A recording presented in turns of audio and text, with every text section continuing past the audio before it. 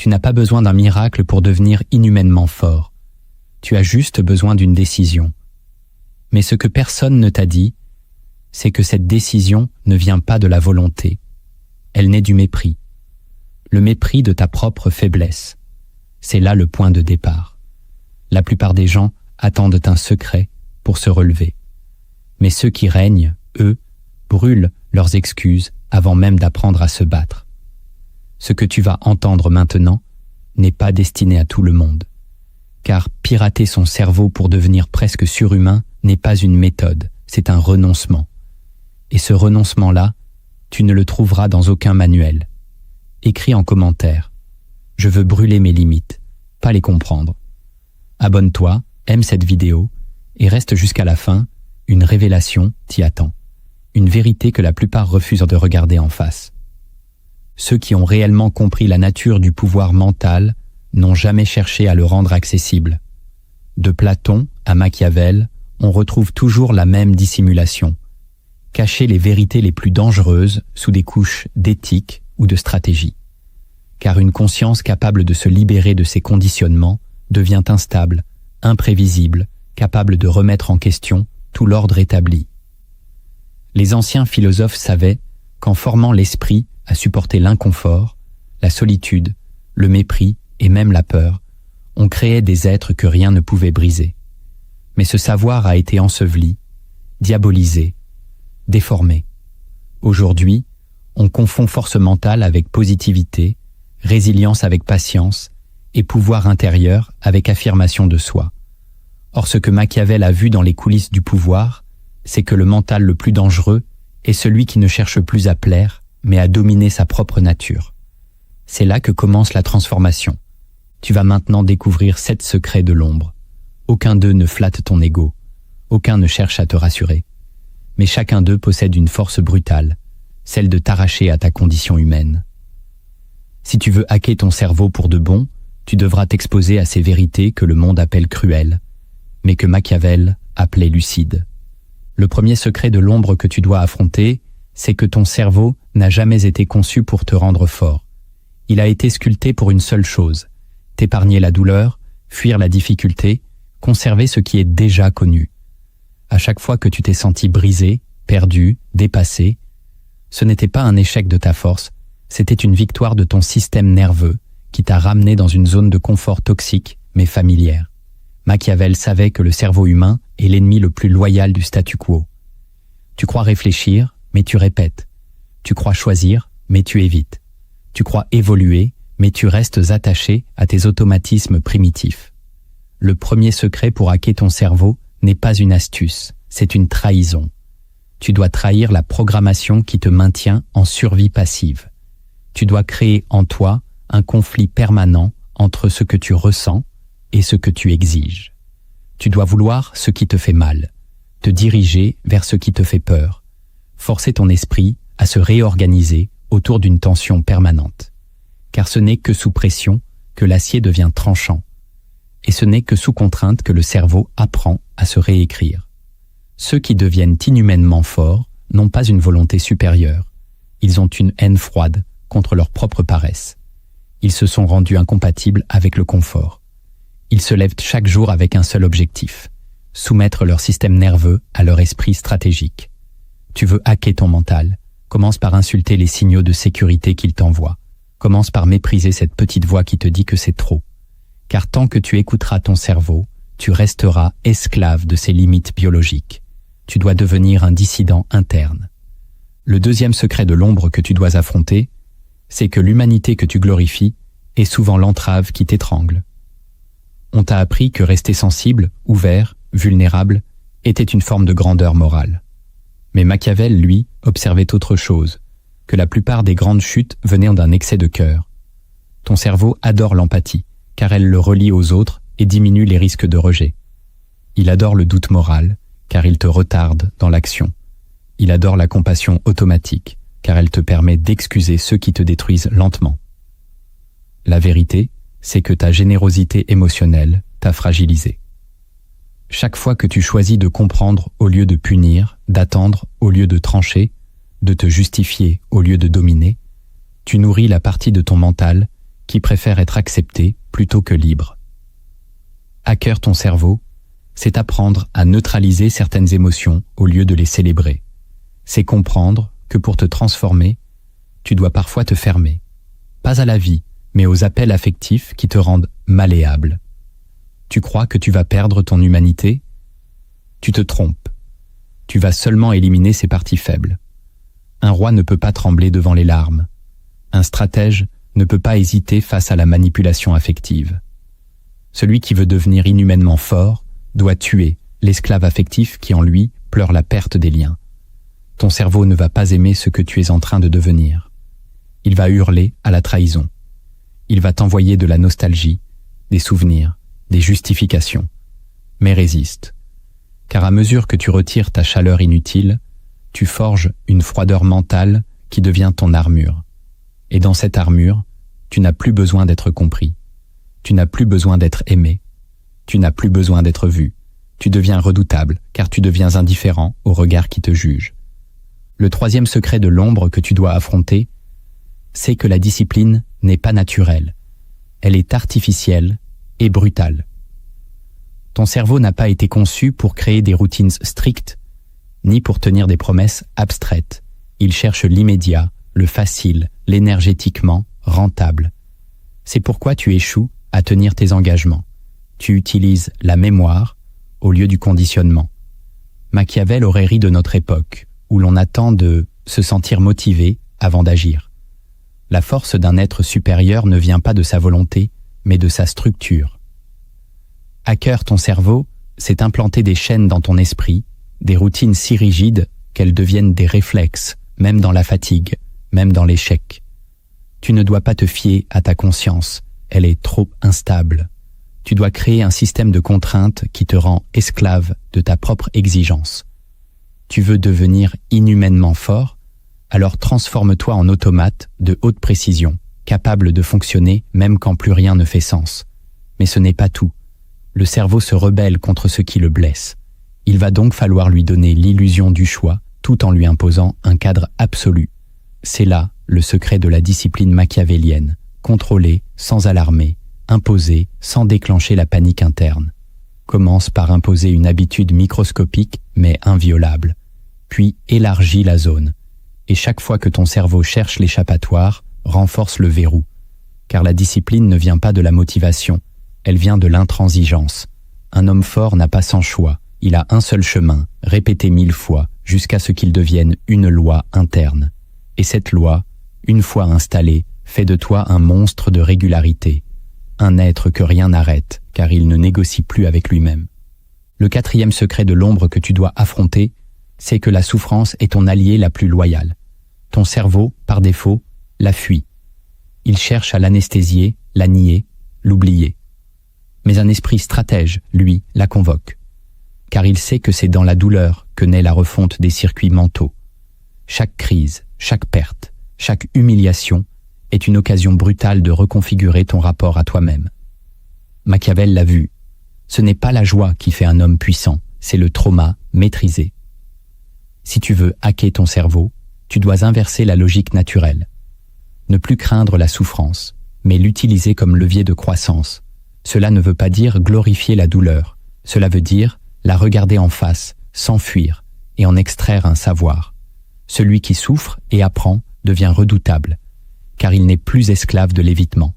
Il devient un sculpteur de son propre chaos. Et surtout, il cesse de supplier la vie d'être douce. Il comprend que le but n'est pas la paix, mais la puissance. Tu veux aller mieux? Tu dois d'abord aller plus mal, mais en conscience. Tu dois plonger, mais sans peur. C'est dans les jours noirs que ton système de pensée se déchire et qu'un nouveau peut naître. N'essaie pas de guérir à tout prix. Sois celui qui transforme sa douleur en matière stratégique. Celui qui garde les yeux ouverts dans l'ombre. Celui qui forge sa couronne dans les flammes. Le cerveau humain n'aime pas la souffrance, mais il la respecte. Et plus tu t'y exposes sans te briser, plus il t'élèvera au rang d'anomalie. Tu n'es plus un organisme biologique, tu deviens une force mentale. Le cinquième secret de l'ombre que tu dois affronter, c'est que la solitude est la condition fondamentale de l'autonomie mentale. Tout en toi a été façonné pour chercher l'approbation, le lien, l'écho. cerveau n'est pas un organe de vérité, c'est une antenne sociale. Il module ta perception pour rester intégré, accepté, aligné avec la norme. C'est pourquoi tu hésites à penser contre le courant. C'est pourquoi tu doutes de ta valeur quand tu n'es plus entouré. La vérité, tu ne peux pas hacker ton cerveau sans t'arracher au regard collectif. La transformation mentale profonde exige une rupture, rompre avec la validation. Machiavel vivait entouré, mais ne pensait qu'en solitaire. Car il savait que les idées les plus dangereuses naissent dans le silence. Si tu restes constamment connecté, tu restes constamment manipulé. Et pire, tu restes fragmenté. La solitude prolongée, acceptée, transformée en laboratoire mental, fait de toi un maître intérieur. Tu apprends à te parler, à t'écouter, à te redéfinir. Tu n'es plus réactif, tu deviens originel. Mais attention, ce processus n'est pas romantique. Il est rude. Il éteint certaines parties de toi. Il tue ta dépendance au groupe. Il t'oblige à construire ta propre voie, sans appui, sans miroir. Et cela, ton cerveau le vivra comme un danger. Il t'enverra des signaux de panique, isolement, peur du rejet, nostalgie. Ignore-les. Traverse. Car de l'autre côté, tu ne ressens plus le besoin d'être suivi. Tu n'attends plus d'accord. Tu deviens autosuffisant psychiquement. Et dans un monde qui manipule par l'adhésion, c'est la forme de liberté la plus redoutée. Le 6e secret de l'ombre que tu dois affronter, c'est que ton identité est un mensonge utile, pas une vérité absolue. Ton cerveau adore les étiquettes. Je suis timide, je suis intense, je suis paresseux, je suis hypersensible. Toutes ces formulations sont des boucles neuronales qui t'enferment dans une structure que tu crois naturelle. En réalité, ton identité n'est que la somme de tes répétitions mentales. Tu t'es décrit 1000 fois et ton cerveau a suivi ce script. Mais Machiavel ne croyait pas aux essences fixes, il croyait à la fonction. Tu es ce que tu dois être pour obtenir ce que tu veux. Point final. Si tu veux hacker ton cerveau, tu dois cesser de défendre une version figée de toi-même. Tu dois devenir un stratège identitaire, capable de te redéfinir selon les nécessités, capable de jouer froid quand tu as toujours été brûlant, capable d'imposer ta voix dans une pièce où tu étais silencieux hier. Et cela demande une chose, tuer l'orgueil que tu mets dans ta constance. L'homme faible dit « je suis comme ça ». L'homme fort dit « je deviens ce que la situation exige ». Ce n'est pas de l'hypocrisie, c'est de l'intelligence de survie. Ton cerveau, une fois exposé à cette vérité, va tenter de résister. Il va activer des schémas de cohérence, de loyauté à soi. Ignore-les. Tu n'as rien à prouver à ton passé. Tu n'as pas à être fidèle à une version ancienne de toi. Tu dois être utile à ton propre règne. Et pour cela, tu dois te remodeler, parfois, chaque jour. Tu n'es pas un rocher. Tu es un couteau que tu affûtes en permanence. Change ton langage intérieur. Remplace « je suis » par « je deviens ». Tu vas voir ton cerveau se réorganiser autour d'un nouveau centre de gravité. Et c'est là que naît la vraie force, quand tu n'es plus fidèle à ta mémoire, mais à ta mission. Le 7e secret de l'ombre que tu dois affronter, c'est que l'amour du contrôle est plus sain que le culte de la paix. Tu as été élevé dans l'idée que tout ce qui est rigide est violent, que tout ce qui est strict est toxique. Mais Machiavel enseignait autre chose, que sans contrôle total sur son monde intérieur, un homme devient esclave de la paix extérieure. Ton cerveau, par défaut, veut éviter les conflits, se fondre dans l'ambiance, minimiser les tensions. Il aime les relations harmonieuses, les journées sans heurts, les dialogues sans opposition. Et c'est là qu'il t'affaiblit. Car plus tu t'habitues à la paix, plus tu paniques dès que l'ordre se brise. Hacker ton cerveau, c'est l'entraîner à fonctionner en temps de chaos. C'est cultiver une stabilité intérieure qui ne dépend plus de la douceur du monde, mais de la précision de ton contrôle.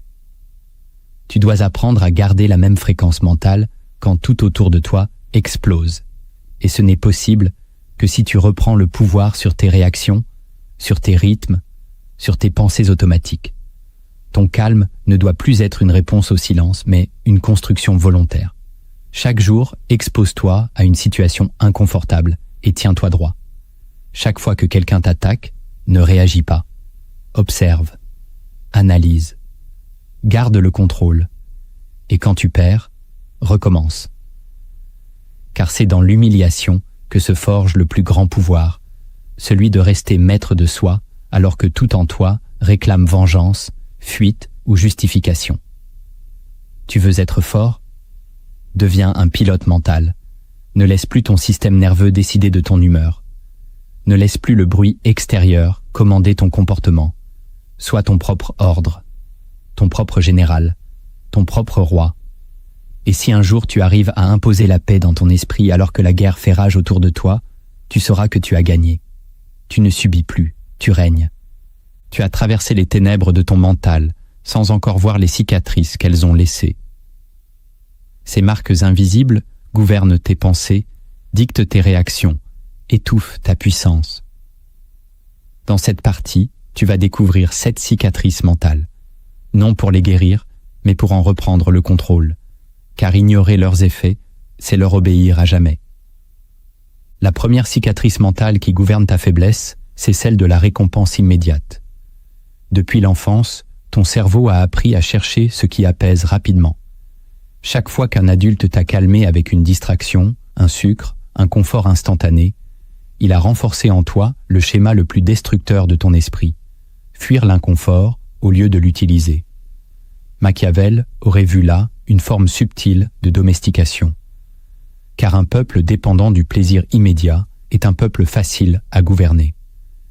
Et un esprit habitué à la gratification constante est un esprit incapable de supporter les rythmes profonds de la transformation. Tu veux être fort? Tu dois désapprendre la récompense. Tu dois inverser le cycle, préférer le vide, la tension, l'attente.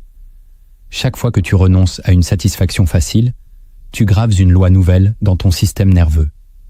Tu lui apprends que tu n'es pas là pour jouir, mais pour dominer. Cette cicatrice n'est pas morale, elle est neurobiologique. Elle t'empêche d'aller au bout, elle sabote ta persévérance, elle brise ton rapport au temps. Tu abandonnes vite, non parce que tu es faible, mais parce que ton système a associé souffrance à échec. C'est là qu'il faut hacker ton cerveau, remplacer l'association. Douleur, dasa, signal de croissance. Frustration, dasa, étape de puissance. Tu dois programmer en toi une nouvelle logique de récompense, différée, lente, puissante. Tu ne dois plus attendre un plaisir, tu dois attendre un règne. Et ce règne demande du retard, du vide, du silence. Tant que tu cherches l'apaisement immédiat, tu restes dans l'enfance mentale. Mais si tu parviens à aimer l'attente, à savourer l'inconfort, tu t'élèves au-dessus de la masse. Car ceux qui règnent n'ont pas cédé à la facilité. Ils ont humilié leurs impulsions. Et dans cette humiliation du désir rapide, naît un pouvoir lent mais invincible. La deuxième cicatrice mentale qui limite ton pouvoir, c'est celle du regard de l'autre. Même dans ta solitude la plus totale, tu continues d'être hanté par ce que les autres pensent. Et ce n'est pas une question d'estime, mais de survie primitive.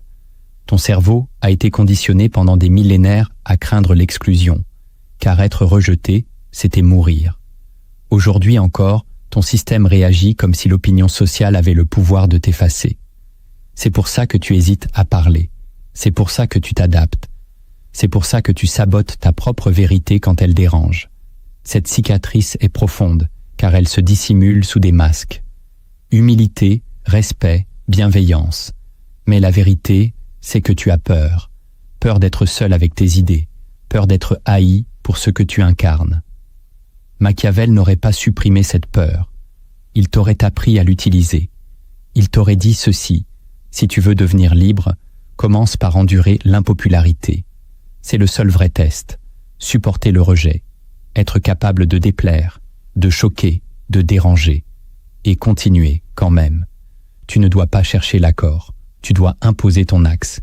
Hacker cette cicatrice, c'est pratiquer le détachement radical. Parle sans vérifier. Agis sans justification. Existe sans explication. Car plus tu demandes d'être compris, plus tu t'enchaînes. La liberté mentale commence quand tu cesses de vouloir convaincre. Tu ne dois pas négocier ta vision. Tu dois la déposer comme une lame. Et si le monde saigne, tant pis. Car ce qui te rend fort, ce n'est pas d'être aimé, c'est de rester debout quand l'amour disparaît. Tant que tu attends l'adhésion, tu es vulnérable. Mais si tu peux marcher seul, haï, sans te courber, alors tu deviens un être que rien ne corrompt. Tu ne suis plus l'opinion. Tu la traverses. Et tu imposes ta trace. La troisième cicatrice mentale qui t'empêche de t'élever, c'est celle de la comparaison.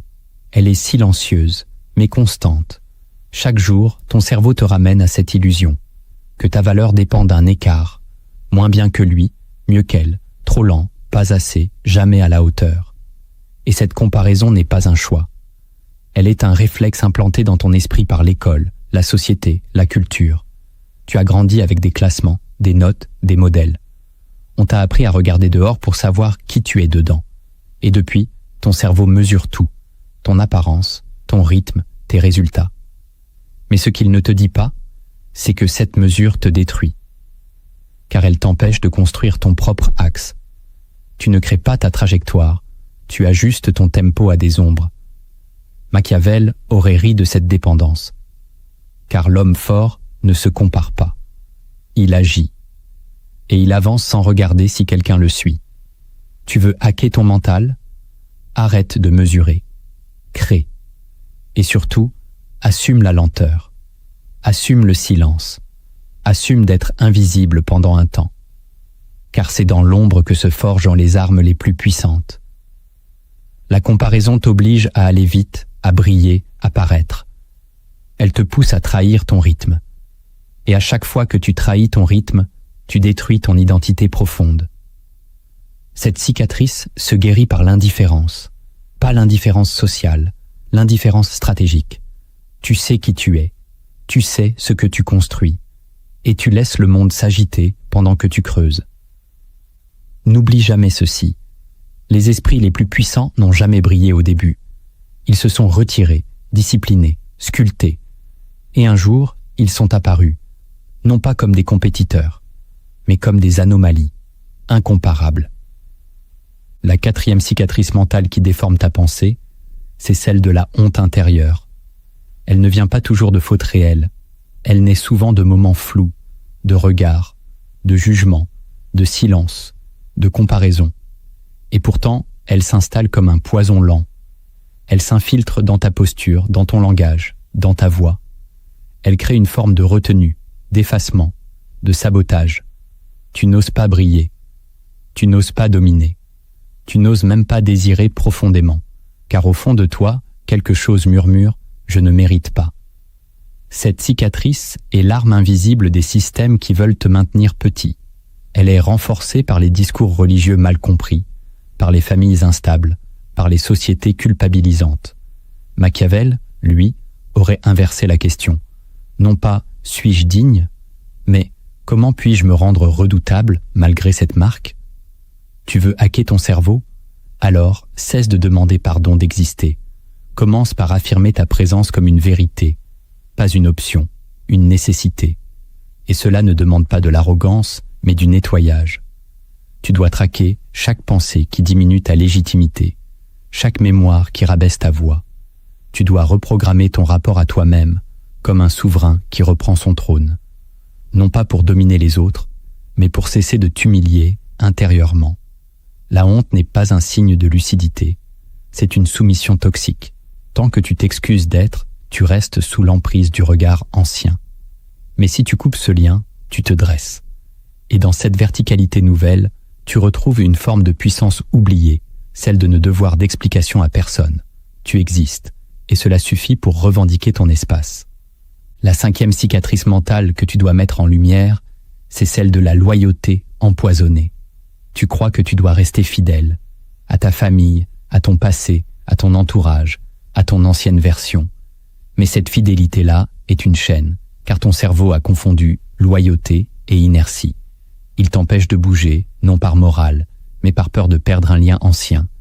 Tu ne veux pas blesser, trahir, choquer. Alors tu restes, tu répètes, tu ralentis, tu t'abandonnes. Cette cicatrice est puissante, car elle se cache derrière de belles intentions. Tu veux être loyal? Très bien. Mais à qui? Et à quoi? Machiavel te poserait une seule question. Est-ce que ta loyauté construit ton pouvoir ou le détruit? C'est ici que commence le vrai hacking. tu dois redéfinir tes alliances.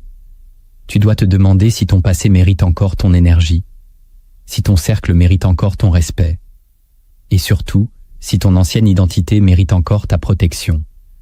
La vérité, c'est que pour devenir fort, tu dois parfois couper, sans drame, sans explication. Tu dois tourner le dos à ceux qui t'ont connu faible, car ils continueront à t'y ramener inconsciemment. Et ce n'est pas leur faute, c'est leur programmation, la tienne aussi. Mais si tu veux muter, il te faut rompre certains pactes. Hacker ton cerveau, ici, c'est lui enseigner une nouvelle hiérarchie, ta vision avant ta loyauté, ton futur avant ton passé, ton axe avant ton groupe. Cela va te coûter, mais cela va te libérer, car à mesure que tu brises ces chaînes affectives invisibles, tu ressens une chose rare, la verticalité. Tu ne réponds plus à des attentes, tu incarnes un ordre nouveau, le tien. La 6e cicatrice mentale qui ronge ton autorité intérieure, c'est celle de l'obéissance morale. Depuis toujours, on t'a appris à faire ce qui est bien, à suivre les règles, à respecter les normes. Et ton cerveau a enregistré cette soumission comme une stratégie de survie. Mais Machiavel, lui, savait que l'obsession du bien est un piège. Ce que tu appelles conscience n'est parfois qu'une mémoire collective qui te contrôle. Tu fais ce que les autres attendent. Tu ressens de la culpabilité quand tu affirmes ta voix. Tu cherches à être juste plutôt qu'efficace. Et tout cela t'éloigne de ta puissance. Cette cicatrice est subtile, car elle se cache sous des principes nobles. Mais la vérité est brutale. Tu n'as pas été formé pour régner, tu as été dressé pour obéir. Et tant que tu ne remets pas en question cette programmation, tu restes prisonnier de la morale des autres. Hacker ton cerveau, ici, c'est une opération chirurgicale. Tu dois extraire le besoin d'approbation éthique. Tu dois désacraliser certaines règles. Toutes les lois ne sont pas justes. Tous les modèles ne sont pas sains. Toutes les traditions ne sont pas honorables. Tu dois choisir ta propre ligne de conduite, même si elle dérange, même si elle choque, même si elle te met à l'écart. C'est à ce prix que naît l'intégrité véritable. Pas celle que l'on te vend, mais celle que tu construis. Cela ne veut pas dire devenir immoral. Cela veut dire devenir autonome. Tu n'agis plus pour plaire à une idée abstraite du bien. Tu agis pour accomplir une vision stratégique du réel. Et cette vision peut exiger des ruptures, des transgressions, des choix froids. Ce n'est pas un appel au cynisme, c'est un appel à la lucidité. Tu dois apprendre à différencier ta voix intérieure des voix imposées par l'histoire, la religion, la société. Et cela demande du courage, car un jour, tu devras dire non à ce que tu croyais sacré. Et ce jour-là, ton cerveau paniquera. Mais tiens bon, car à travers ce refus, tu ne deviens pas mauvais. Tu deviens libre. Tu n'es plus un serviteur du dogme. Tu es un stratège qui trace sa propre éthique. Et cette éthique-là, parce qu'elle vient de toi, sera plus puissante que toutes les lois qu'on t'a imposées. La 7e cicatrice mentale qui t'éloigne de ta propre grandeur, c'est celle du besoin d'amour. Elle est la plus ancienne, la plus enracinée et la plus exploitable. Depuis que tu es né, ton cerveau a été structuré autour d'un seul centre de gravité, être aimé, être vu, être validé. Ce besoin t'a donné une direction, mais aussi une faiblesse. Car vouloir être aimé, c'est accepter de se courber, de se taire, de se trahir. Machiavel l'a vu dans toutes les cours, dans tous les royaumes. Les plus grands stratèges sont ceux qui ont appris à se détacher du regard aimant, pas parce qu'ils rejettent l'amour, mais parce qu'ils savent qu'il rend dépendant.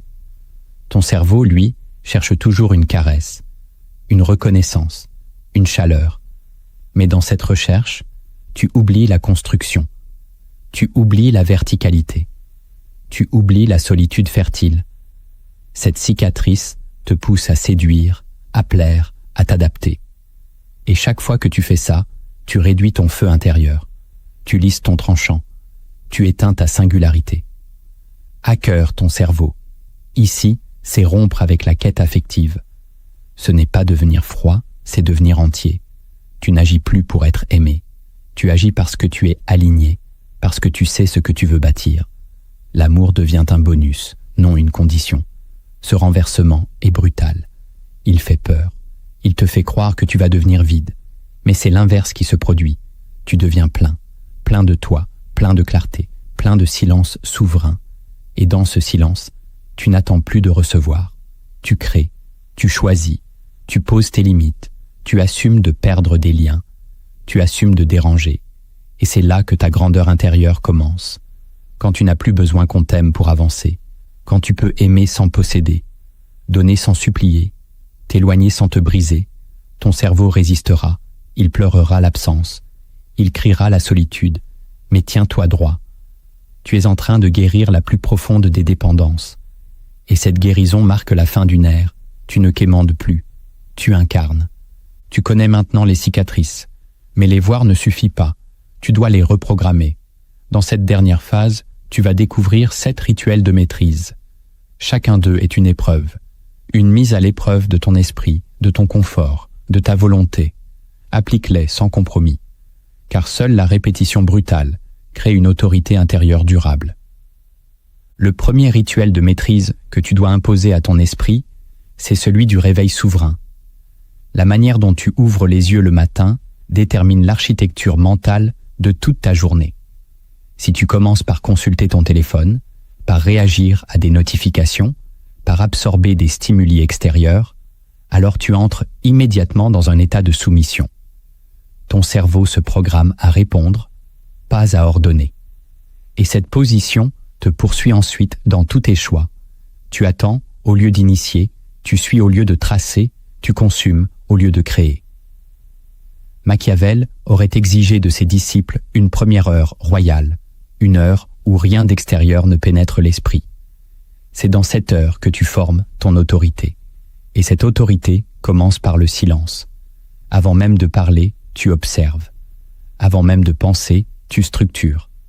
Le réveil souverain, ce n'est pas un moment agréable, c'est une mise en tension volontaire. Tu te lèves à l'heure que tu as choisie, non quand ton corps réclame. Tu t'arraches au lit comme à une dépendance, et tu déclares à ton cerveau, par ce geste, « Je commande ». Durant les 30 premières minutes, tu ne consultes rien. Tu écris, tu médites, tu structures ton esprit. Tu ne laisses rien d'extérieur s'installer dans ton espace psychique, car cette pureté mentale du matin est le seul moment de la journée où tu es vierge d'influence. Et c'est là que tu poses les fondations de ton jour, en choisissant ta tension, ton axe, ton rythme. Plus tu répètes ce rituel, plus ton esprit apprend à se soumettre à ton autorité. Et quand tu domines la première heure, tu peux dominer les suivantes. Tu ne commences plus ta journée en tant que serviteur du monde. Tu la commences en tant que roi de ton royaume intérieur. Le deuxième rituel de maîtrise que tu dois pratiquer sans exception, c'est l'isolement volontaire. Pas l'isolement social ou affectif, mais l'isolement stratégique. Ton cerveau, sans arrêt exposé à des flux de paroles, d'images, de demandes, s'effondre sous le bruit. Tu crois être fatigué par ton travail, mais c'est le contact humain non filtré qui te consume. Chaque interaction, chaque présence, chaque regard te pousse à te calibrer, à jouer un rôle, à adopter une posture. Et plus tu vis sans espace intérieur, plus tu perds ta verticalité. L'isolement volontaire, c'est la décision de disparaître temporairement du champ social pour renforcer ta colonne mentale. Machiavel écrivait ses pensées les plus lucides dans le silence absolu. Il savait que l'homme qui reste trop visible perd sa puissance. Tu dois chaque jour t'accorder un moment de retrait, même bref. Un moment où tu ne parles pas, où tu n'écoutes personne, où tu ne réagis à rien. Ce n'est pas du repos, c'est un exercice de régénération psychique. Durant ce temps, tu observes tes pensées sans les habiller. Tu laisses remonter les tensions, les manques, les résistances. Et tu les regardes. Sans te distraire, c'est dans cette nudité mentale que se révèle ton état réel. Et c'est là que tu peux décider de le modifier. L'isolement volontaire n'est pas un luxe, c'est un entraînement. Il t'endurcit, il t'ancre, il t'éloigne de la dépendance émotionnelle. Et il t'apprend à ne plus fuir vers l'autre pour calmer ton vide. Plus tu le pratiques, plus tu deviens une présence dense, une force silencieuse. Tu n'as pas besoin de parler pour exister. Tu n'as pas besoin d'être vu pour savoir qui tu es. Et cette certitude, une fois acquise, devient ton bouclier. Dans un monde qui cherche à te dissoudre dans la distraction, L'isolement volontaire est une déclaration de guerre intérieure.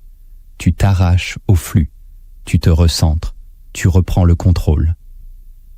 Le troisième rituel de maîtrise que tu dois inscrire dans ta chair, c'est la répétition contrôlée. Ton cerveau adore les nouveautés, les stimulations changeantes, les distractions variées. Il cherche à éviter l'ennui, car l'ennui active la conscience. Et la conscience, elle, met en lumière ce que tu veux ignorer. Mais c'est justement dans la répétition que naît le pouvoir. Car ce que tu répètes volontairement, tu l'inscris dans ton système nerveux comme une nouvelle loi. Machiavel n'aurait pas fait confiance à la motivation. Il aurait bâti son règne intérieur sur la rigueur du geste répété. Choisis un acte simple, mais exigeant. Écrire, t'entraîner, étudier, marcher. Et fais-le chaque jour, sans exception. Ne change pas l'exercice. Change ton rapport à l'exercice. Tu ne fais pas pour faire. Tu fais pour graver. Tu imprimes à ton cerveau un nouvel ordre. Je décide ce qui se répète. Et à mesure que tu répètes, ton esprit cesse de résister. Il intègre, il automatise, il obéit. C'est là que commence la maîtrise, quand tu n'as plus besoin de te convaincre, car ton corps agit même quand ton mental doute. La répétition contrôlée n'est pas une habitude, c'est une domination. Tu transformes un acte choisi en réflexe. Tu passes de l'effort à la fluidité. Tu ne demandes plus si tu vas le faire. Tu le fais.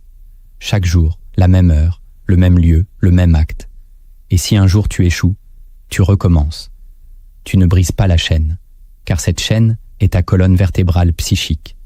Elle remplace ton passé fragile par une structure nouvelle. Plus tu répètes, plus tu élimines les excuses. Plus tu répètes, plus tu construis une autorité silencieuse. Jusqu'au jour où ton rituel devient un socle. Et ce socle, rien ni personne ne peut te l'enlever. Car tu l'as gravé dans ta propre matière. Le quatrième rituel de maîtrise que tu dois cultiver, c'est l'épreuve volontaire. Le monde moderne t'a appris à éviter l'effort, à contourner la difficulté, à chercher la facilité. Mais ton esprit, lui, s'atrophie dans le confort. Machiavel savait que l'homme qui veut gouverner son monde doit d'abord s'éprouver dans la contrainte. C'est dans l'inconfort choisi que naît la souveraineté. L'épreuve volontaire, ce n'est pas se faire mal pour souffrir. C'est choisir une action difficile chaque jour, simplement pour maintenir ta force active. Cela peut être physique, courir quand tu n'en as pas envie, t'exposer au froid, t'imposer un rythme brutal. Cela peut être mental, lire un ouvrage complexe, affronter une conversation, prendre une décision tranchante. Peu importe la forme, l'essentiel, c'est que l'action dépasse ton seuil habituel de résistance et que tu la choisisses librement. Ton cerveau va protester, il va activer toutes ses alarmes, fatigue, peur, hésitation. Ignore-les, fais. Car ce faisant, tu redessines les contours de ton territoire psychique. L'épreuve volontaire t'apprend que tu peux survivre à l'inconfort, mieux que tu peux en sortir renforcé. Elle te désensibilise à la peur, elle t'éduque à la pression, elle transforme l'adrénaline en arme, et surtout, elle t'éloigne du mensonge de la sécurité. Il n'y a pas de sécurité, il n'y a que des habitudes mentales bien entretenues. Choisis l'inconfort. Tu deviendras résilient, mais surtout imprévisible. Car l'homme qui se tend de lui-même est indomptable. Il n'attend pas la crise pour se révéler. Il se forge dans le calme pour affronter la tempête. Ce rituel ne demande pas de talent. Il demande du courage et une régularité sans compromis. Tu choisis la difficulté, tu l'exécutes, tu avances. Chaque jour, un acte difficile, non pas pour te prouver quelque chose, mais pour te rappeler que ton pouvoir ne naît pas du confort. Il grandit dans la tension. Le cinquième rituel de maîtrise que tu dois installer en toi, c'est le dialogue vertical. Chaque jour, ton esprit est traversé de pensées parasites, de commentaires internes, de voix héritées. Et la plupart du temps, tu les écoutes sans les remettre en question. Tu dialogues à l'horizontale. Tu discutes avec tes doutes, tu négocies avec tes peurs, tu débats avec ta paresse. Ce type de dialogue t'affaiblit. Il place toutes tes pensées sur le même plan. Machiavel, lui, aurait imposé une hiérarchie. Le dialogue vertical, c'est l'art de ne plus donner la parole à toutes tes voix. Tu choisis une voix maîtresse, une pensée directive. Et tu la répètes chaque matin, chaque soir, chaque fois que ton esprit s'égare. Cela peut être une phrase, un mantra, une promesse. Mais elle doit venir de ton axe. Et tu dois l'imposer comme une loi mentale. Tu entends la peur, mais tu ne réponds qu'à ton ordre.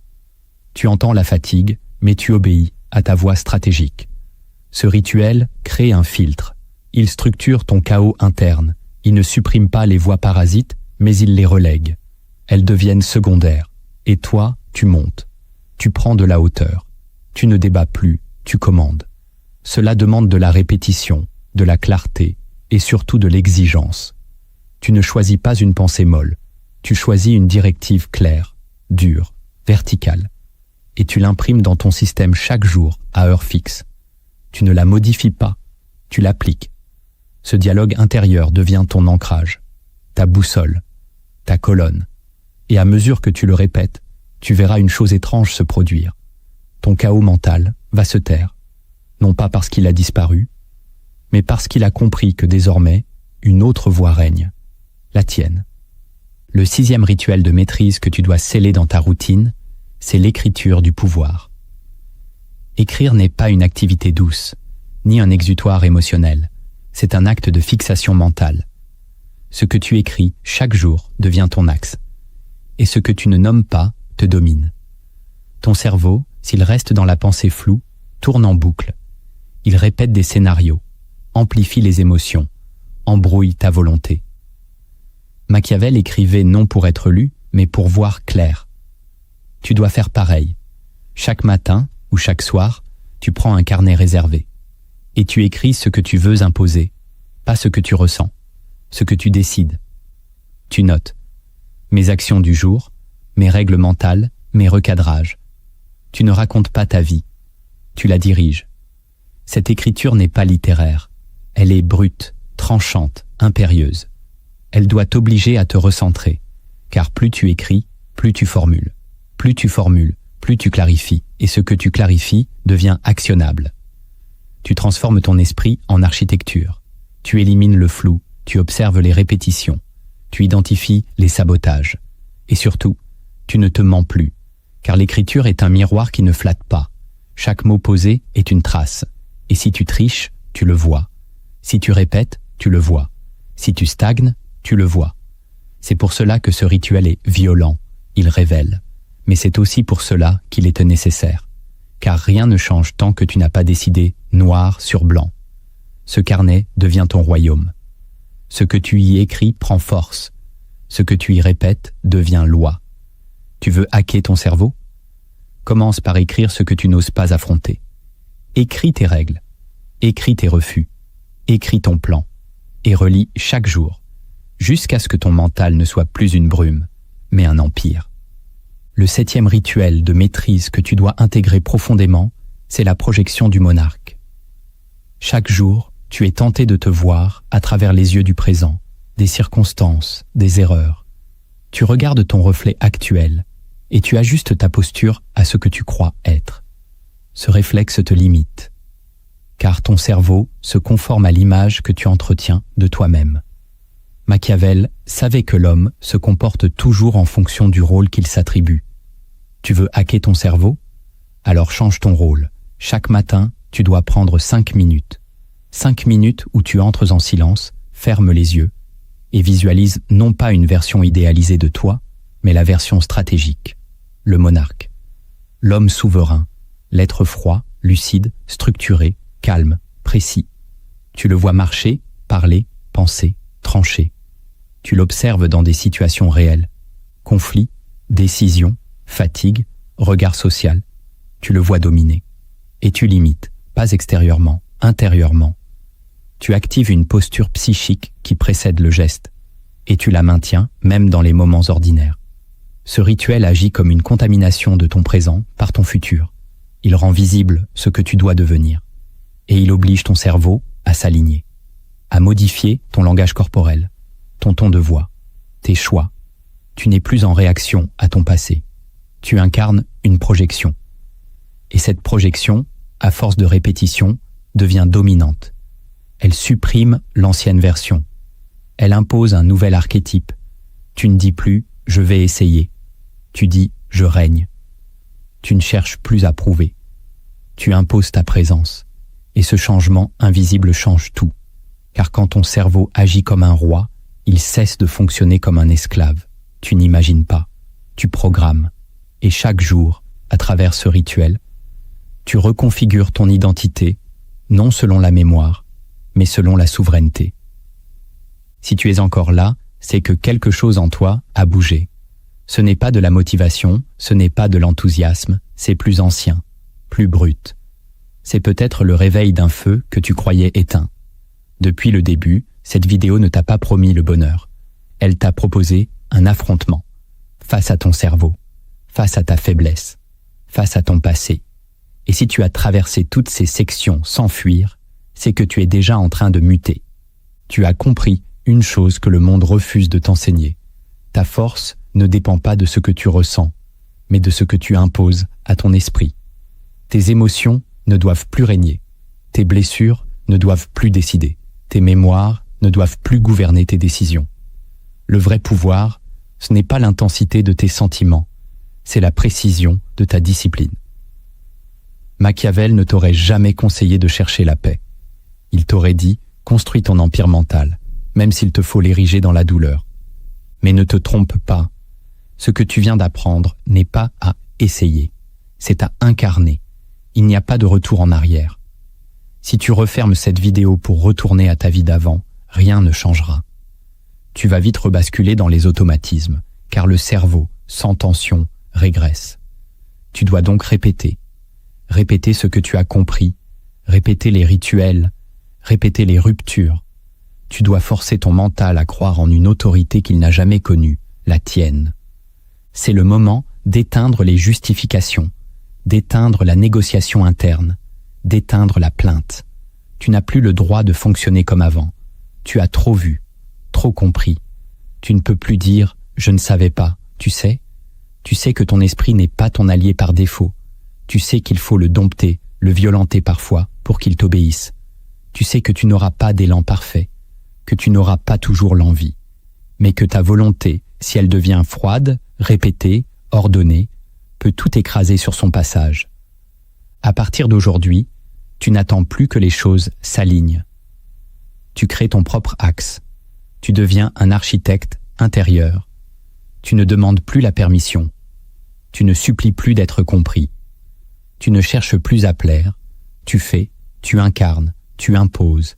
Et même si personne ne t'applaudit, même si personne ne comprend ce que tu construis, rappelle-toi, ce que tu bâtis est trop silencieux pour être visible, mais trop puissant pour rester inefficace. Tu n'es plus un spectateur de ton mental, tu en es le maître. Et c'est là que commence ton vrai règne.